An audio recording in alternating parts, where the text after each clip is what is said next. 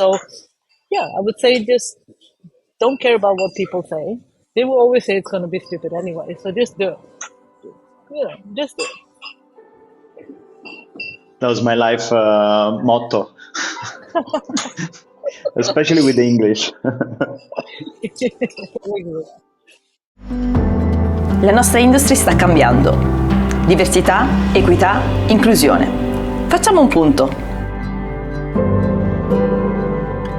Sono Roberta Mariani e questo è Balanced.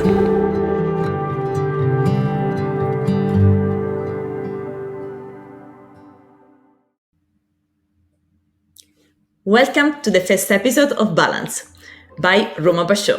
We are starting strong with two incredible guests. Today we have with us Monica Berg and Valentino Longo. Ciao Monica e ciao Valentino.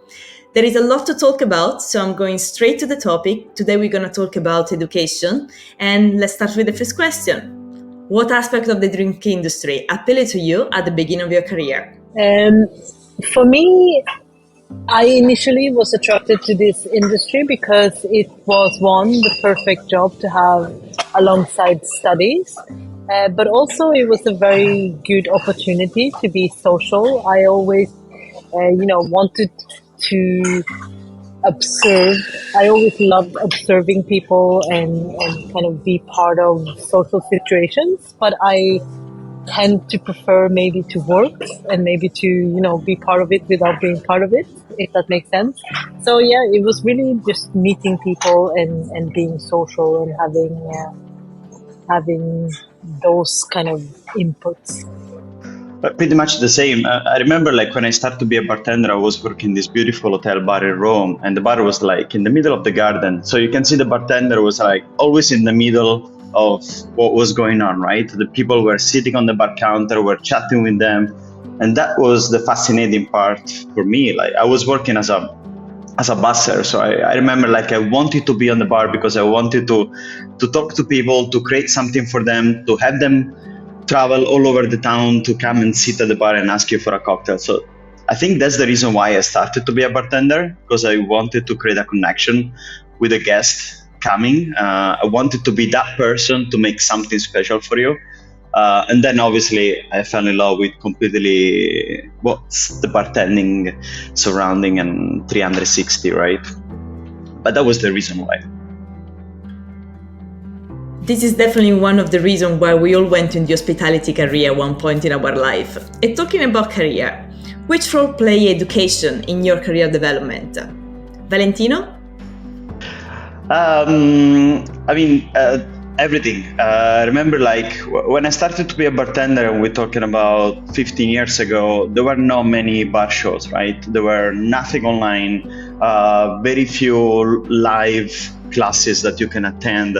But pretty much everything was by your mentor. You were learning from the person around you, and books.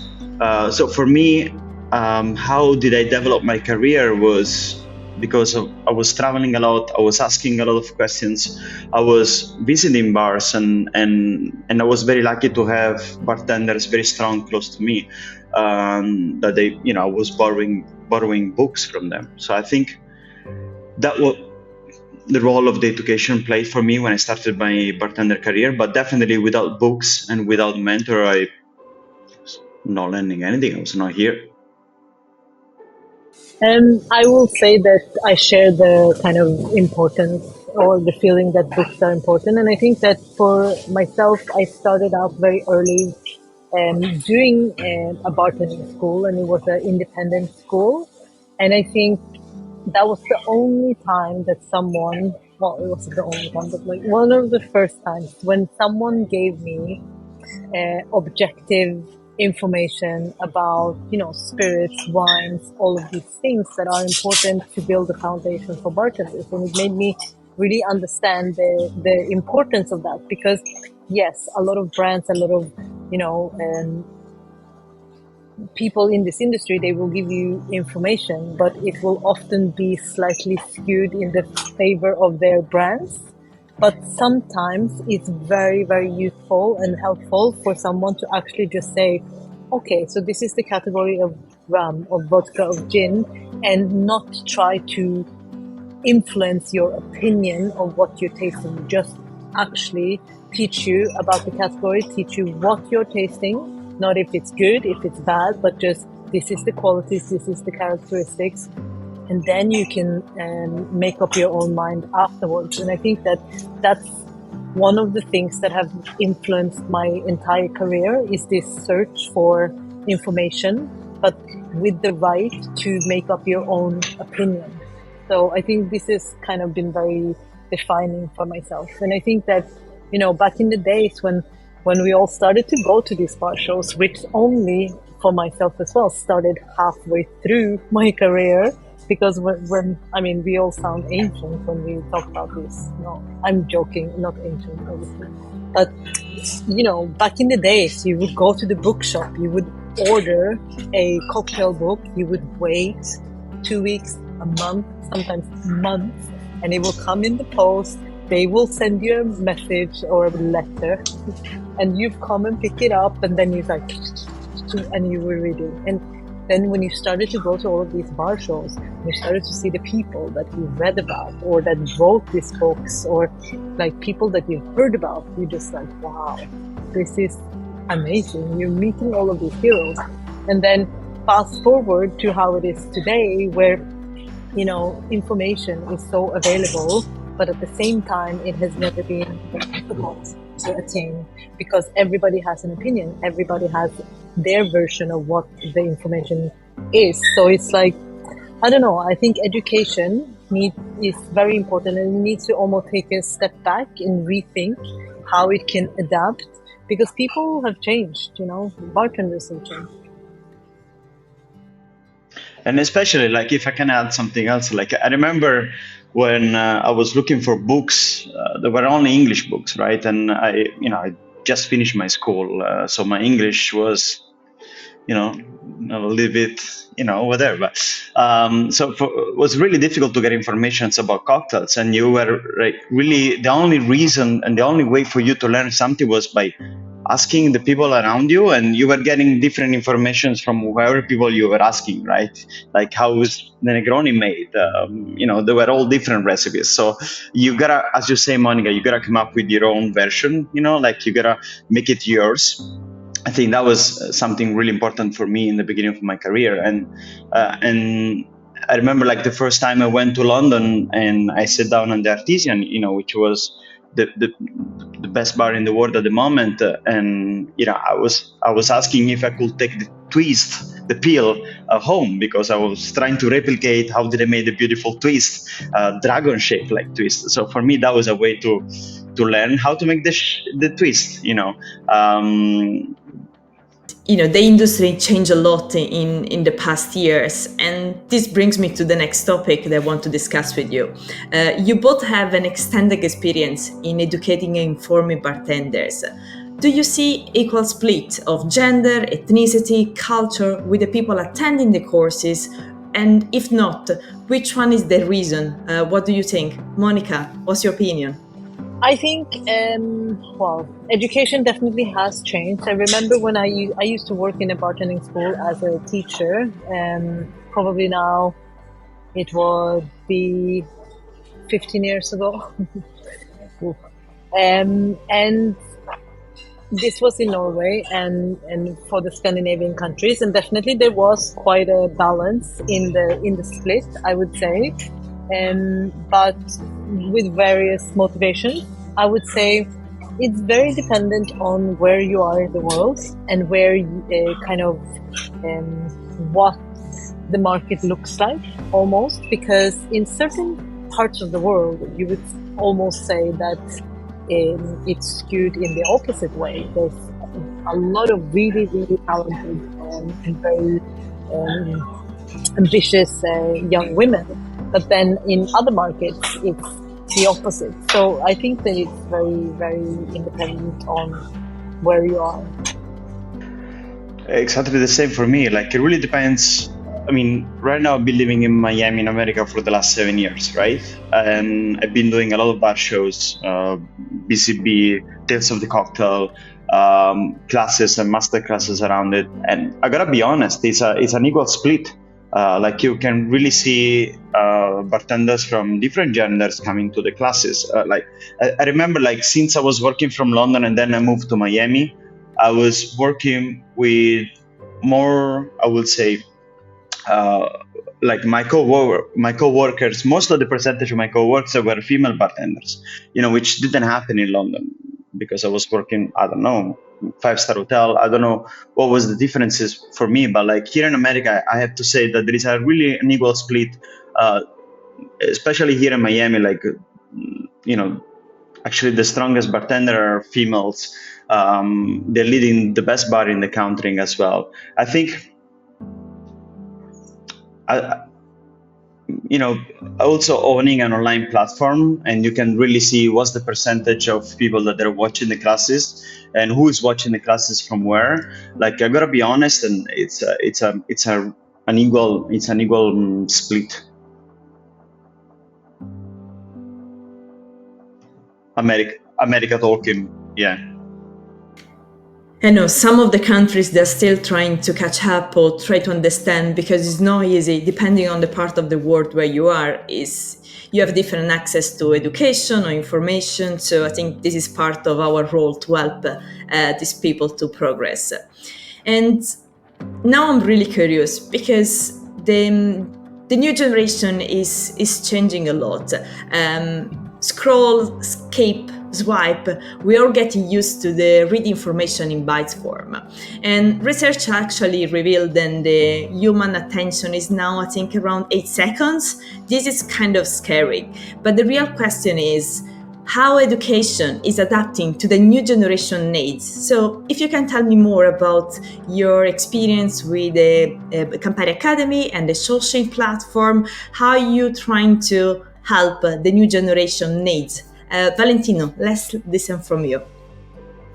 I mean, social media is definitely important, and we came out to realize that, right? Most of the informations now are through the platform, online articles, people sharing their knowledge on social media. You can see that also, like barmen that have been working 20, 30 years behind the bar, they adapt themselves to use social media, right? Our old school maestros are using social media to share their knowledge and concept and cocktails. I think I am the type of person that if I want to learn something, I dig into it. Like I like to read, and I like to watch the entire session of the videos and the classes. Not everybody's, does that. It's definitely sure that 8 seconds is what people are focused on. But that doesn't mean that that you have to change the way you're teaching or the way you're learning, right? I think it's important for me and for Shoshin is, if you want to learn something, you watch the video. You inspire yourself by watching the classes. Doesn't matter how long they are. I don't think you need to change the way you explain something or you want to teach something because people are less curious or people are scrolling so fast, right? I think it depends how much you want to learn and how you want to learn. I think that's the important point for me personally. For the 8 seconds, it's true. Like you can see a lot of brands, especially, they start to promote teaching video and learning videos online through reels or through stories. That's just a plus. I love that, and I watch them. But I think it's important to have a long classes. I think it's important to have long articles, like deep stuff that if you want to really learn something, you watch it, you read it, you print it, you put it on the side on your bed. I think that works for me. I agree that everything can't just be simplified and shortened down. I think that yes, certain things can, and definitely there's different levels and different levels of commitment. But I think that a big part of the problem here is that education within our industry has become marketing. And whenever you get marketing involved, there's a whole different level of KPIs or whatever the ambitions or kind of goals. So education needs to be about the person being educated, not about the person educating. Because if we always have agendas and our agenda is to sell bottles, sell whatever, then it's not really education. It might be disguised as education, but what is important, especially for our industry today, I think, is that we need to give the younger generation of bartenders in particular, but also everyone, we need to give people the tools that they need in order to create a career that will give them a good life, a sustainable life, a long life, and a long career in this industry if they want to. And by that, it needs to stop being only, I'm not saying only, but it needs to also include life lessons. It needs to be finance. It needs to be legal stuff. It needs to be health and safety. It needs to be all of those unglamorous topics that nobody wants to know anything about, because it's not cool to say that I get really excited by Excel sheets. But, an Excel sheet will arguably do a lot for your career if you know how to navigate it, much more than being able to recite 42 different whiskey flavor notes. And whiskey I just choose randomly, by the way. I have nothing against whiskey, but the thing with education, I think, yes, we need to educate people in the language, in the format, in the way that makes sense to the person being educated.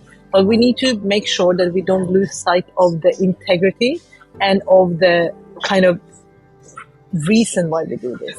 So yes, we can make reels. Yes, we can, I use social media as much as the next person, but yes, we can do that in the formats that the people want to be spoken to, but we need to make sure that the quality of what we're saying, the information we are giving, that is not compromised. And I feel that's where we struggle a little bit today. I completely agree. And this is probably a following up question. How do you do that? Because if people, they always looking for shortcuts and their attention is quite short, and how you make people keen to learn the Excel sheet, how you can make that appealing to them. This is a challenge probably for our generation and people like you guys, to trying to teach and educating bartenders on different aspects of their life that maybe is not so exciting. So how do you do it? Monica, what's your secret? Well, I mean, first of all, it's the long-term commitment, right? So, and you need to kind of be patient. And I still think, my parents, they always said to me, the biggest, the most valuable gift you can give to someone is time, because it's the only thing that you cannot buy, essentially, because you invest time in people and try to kind of guide them and give them the kind of knowledge that they need, but also understanding that what people want and what people need are two different things. But hopefully you'll be able to give them what they need through something that they want. So, if you're teaching people to make cocktails, teaching people to do prep and to do all of these things, that's the fun stuff, yes. But then you say, but now let's see how much this ingredient costs to put in a cocktail. Let's see how much this cocktail costs to actually sell. Let's see how much or how many cocktails we need to sell to make a profit.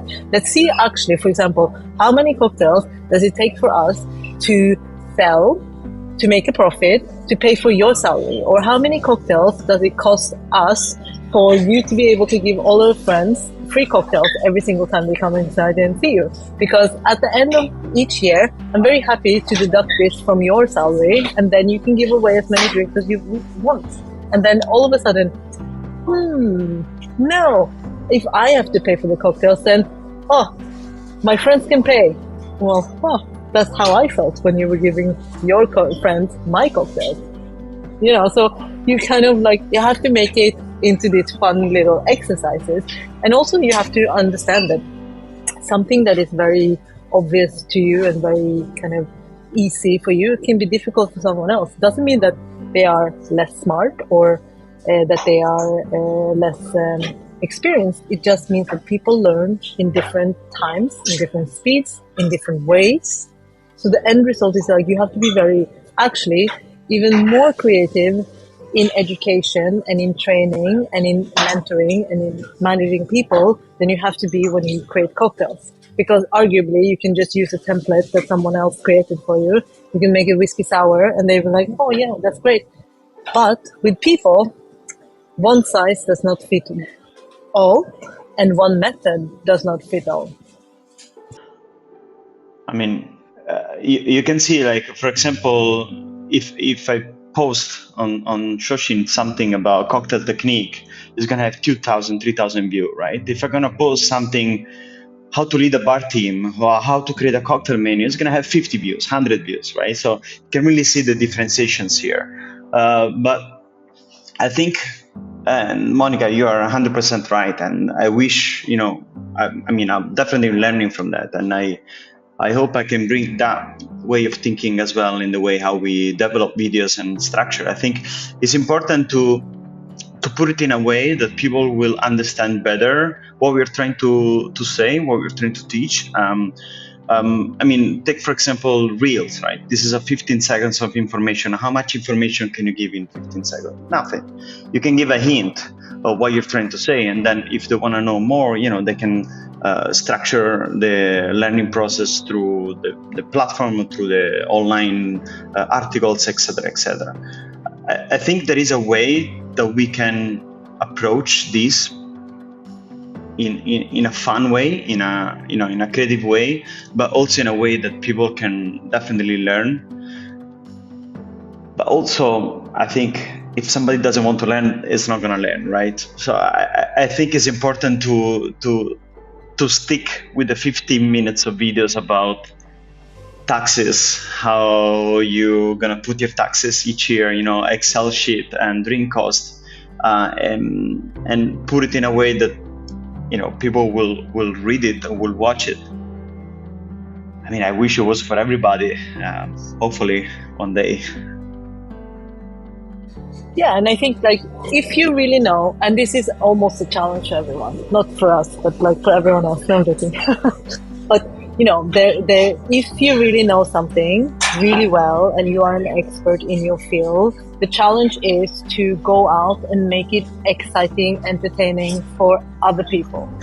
There's plenty of examples of, for example, all of these TED Talks where people are really expert at what they do and they take the driest topic ever and make it interesting and exciting. So I think that this is also, why all of these brands or a lot of educational institutions, they say now that, we struggle with attendance.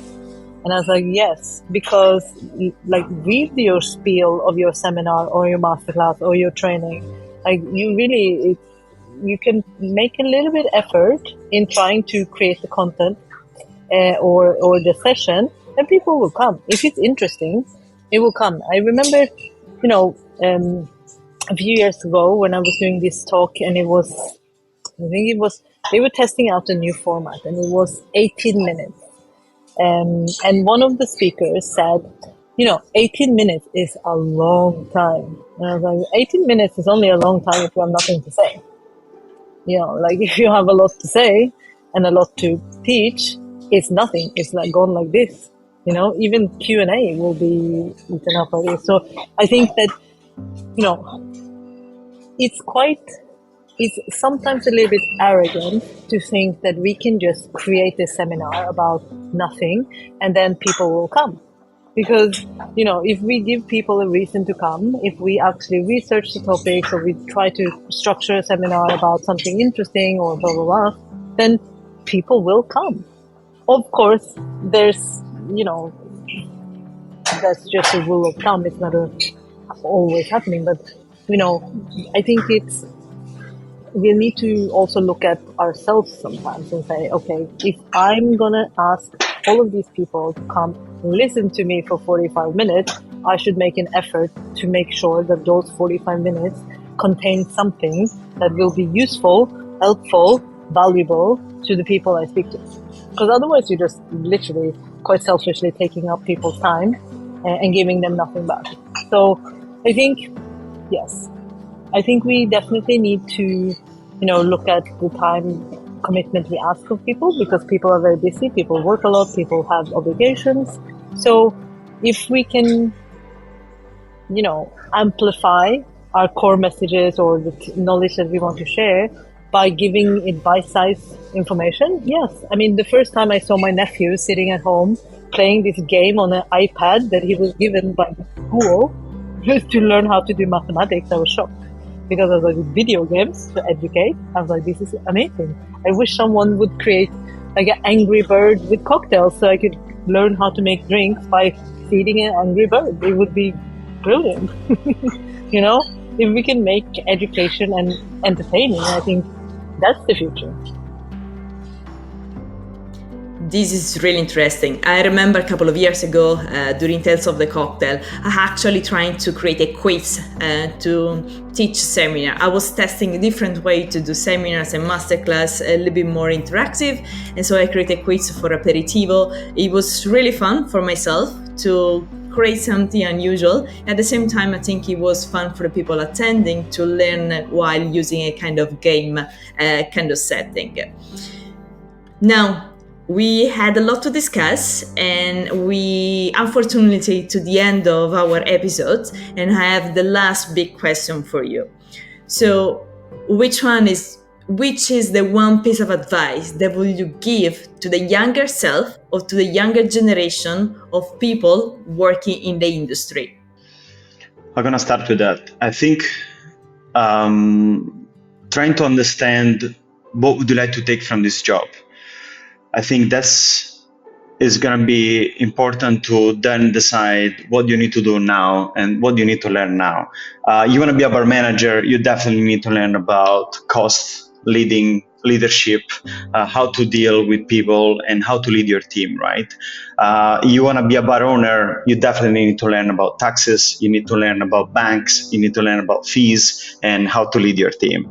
I think understanding what you would like to take from this job, where you want to go. If you want to be a bartender for the rest of your life, you want to be a bar manager or a bar owner, and trying to learn those little things from now. Also, something that really helped me a lot is travel, and connect with the local bar community and ask informations, ask questions about the people. I really never feel judged. I mostly ask stupid question, which seems like a basic answer, but that's the way for me to learn. And I think it really helped me a lot, like traveling and seeing different experiences and different cultures, and then translating in your own way and translating in your own language and trying to approach it in your everyday life. I think that was important for me. But if I knew that, for example, taxes was something important for me 15 years ago, I would probably do a school about taxes and learning about taxes. So I think it's important to know what's your goal, like what would you want to achieve. You want to open a bar? Start from now.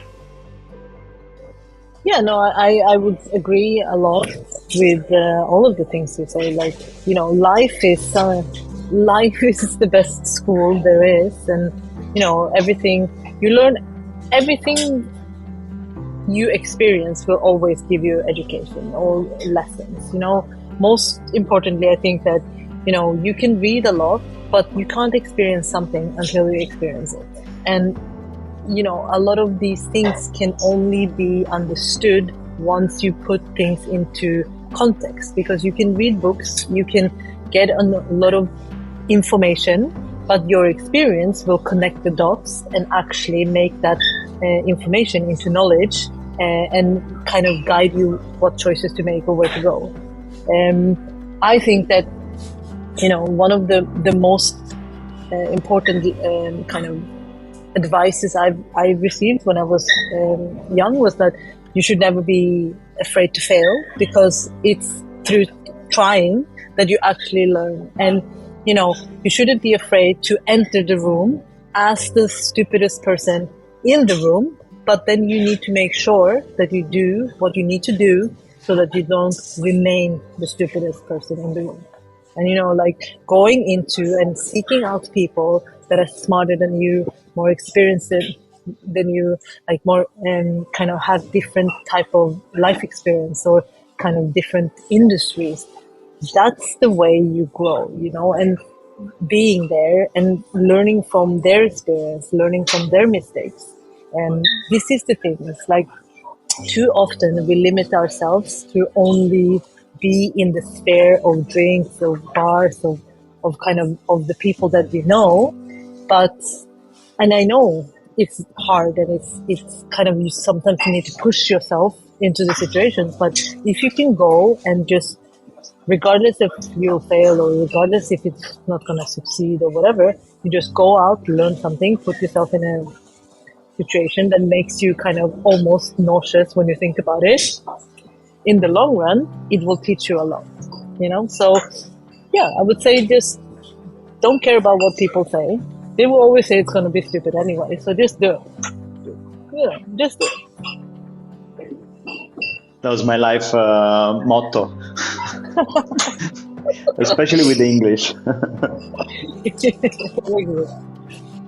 Monica, Valentino, thank you so much for your time. I really appreciate. I know how busy you are with millions of different trips and all your commitments. So I appreciate your time. It was really important for me and for the Bar Show to have the education as a first topic. It is a really extremely important topic for our industry. It's the only way to move forward. So thank you so much again, and I hope to see you soon on the next episode of Balance. Thank you. Thank you. Thank you, guys. Thank you. Sono Roberta Mariani e questo è Balanced.